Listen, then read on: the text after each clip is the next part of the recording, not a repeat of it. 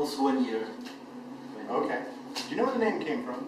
Kotaku. No, that's a good Japanese question. one. Yeah, I figured. It's from Otaku, which is like a Japanese cartoon culture fan, something like that. Probably started as a site devoted more to anime. One of the founders of the blog is some guy that lives in Japan, actually. Oh, okay. All right.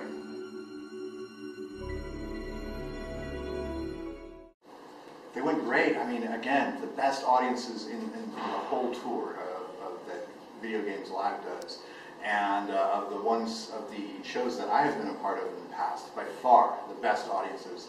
Loud, passionate, enthusiastic, and we feel it on stage. The Brazilians tend to be kind of loud and scream and go crazy. Yeah, I like that. We all like that, and the players love that.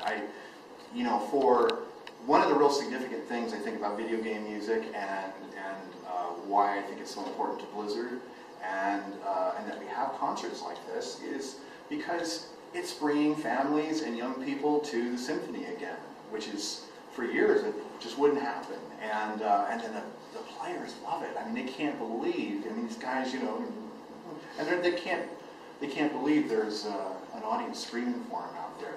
They're used to everyone going, it's really a nice thing. So especially here.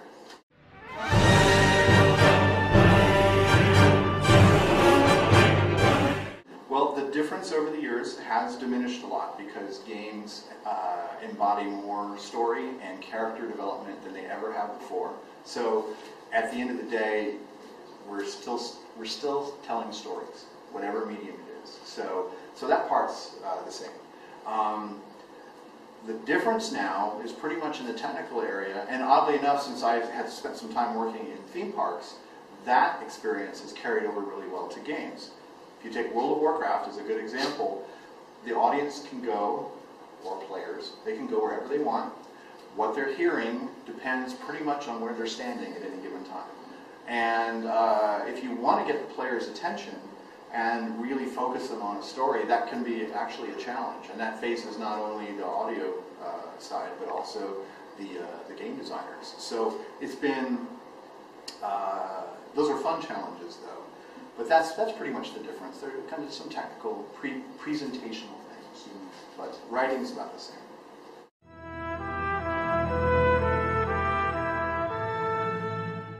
I wouldn't say it's the online versus offline. It's more about gameplay style. It's more about the RPG versus the RTS versus something else. That's where the differences lie.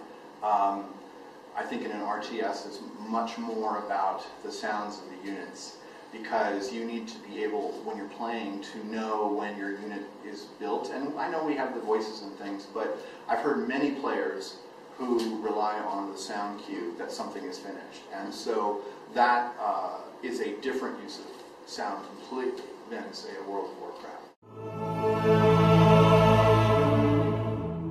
Not personally, but my department, the sound department, there's about 20 of us, and 3 who write music, and the rest who create sounds or do the production around those sounds. Because I heard in StarCraft 2, the sound of a unit dying, something like a tomato being squished or something like that. A lot of vegetables and fruit were severely injured when we made StarCraft 2. Yes. But what's the most crazy thing you had to come up with to make sound effects? Anything to do with the Zerg. Give us an example. A lot of watermelons got beaten to the death. Yes, yeah, messy. But we had to line our recording booth with tarps so that we wouldn't make a mess of the walls and the floor. We were sledgehammers, and then you'd reach into this vat we had made of flour, water, and salt and vegetables, and just making all. I mean, it was. Yeah. We have some good pictures. Great.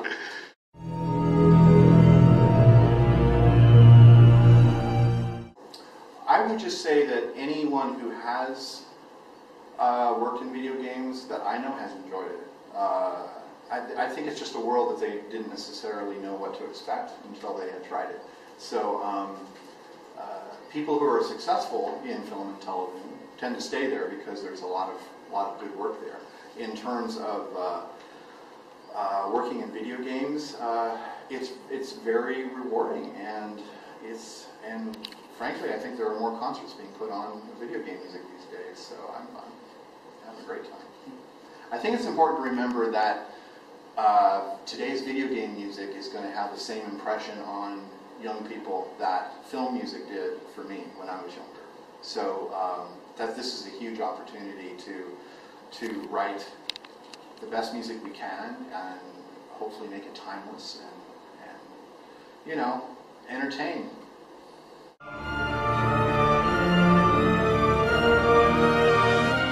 Well, I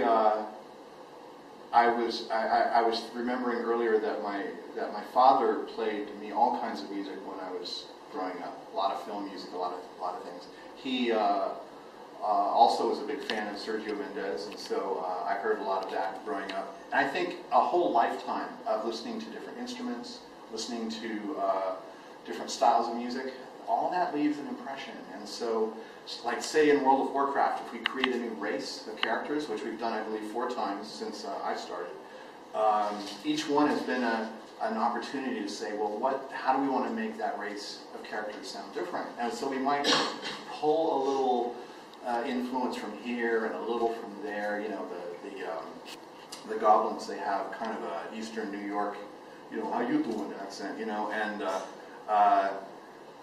but musically it's completely unexpected and kind of high fantasy. We like odd contrasts sometimes, you know. Same thing with the Diablo music. You don't expect 12-string guitars. It's whatever feels right. You know? We iterate just like they do on the developers do on the games.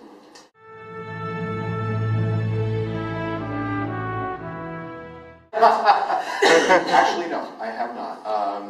I usually sit with the rest of the team with my jaw on the floor, watching it when the animators come in and they show their latest work, and we just, you know, if we're on the floor laughing, we know we've got the right one.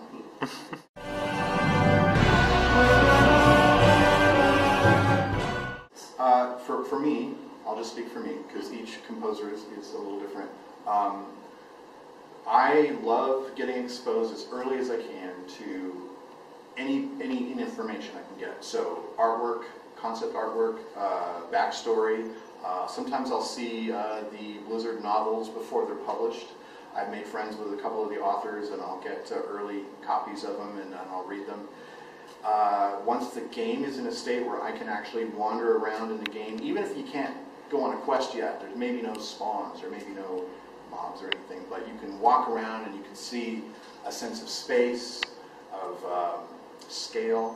All that suggests things about what the music might be like. And so I wrote the organ music, and in the case of that, I was thinking kind of a Dickensian English thing, a lot of top hats and ascots and I don't know, stuff like that. And it came to mind to use a lot of woodwinds and some harpsichord, just as this sort of slightly stuffy sound, but have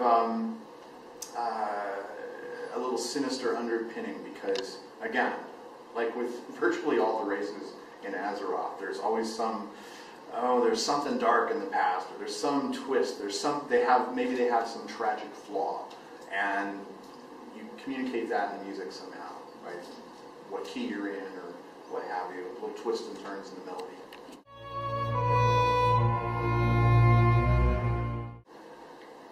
I really love whenever we do a new expansion, doing the overture, the login screen music, because it's fun to take a little bit of the old music from the original game, some of the music from what we're working on currently, and create this whole like tapestry, if you will, of the music, to give people who are creating maybe the first character for the very first time, while they're doing that, they're subconsciously being taken on a journey musically. These are all the places you'll go. You know, you'll meet all these other races. You'll meet all these. If you hear a little bit of Illidan's theme, you know, you might see Illidan someday. And clearly they want me. So, yeah, it's a favorite piece. I mean, emotionally, I co-authored both Lament of the Highborn and Invincible, along with some of my colleagues, and emotionally they mean a lot to me. There's one reason we're performing them. I think when any artist creates something that moves other people, you put a lot of yourself into it.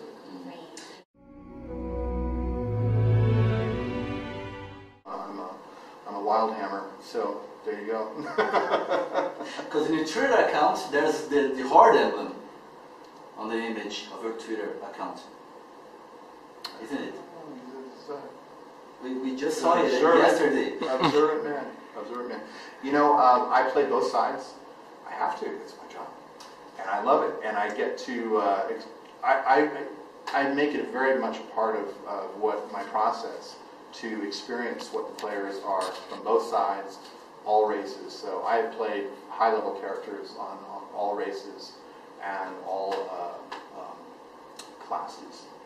Not every combination, but certainly representative, because, I mean, how could I possibly write for it if I haven't experienced it?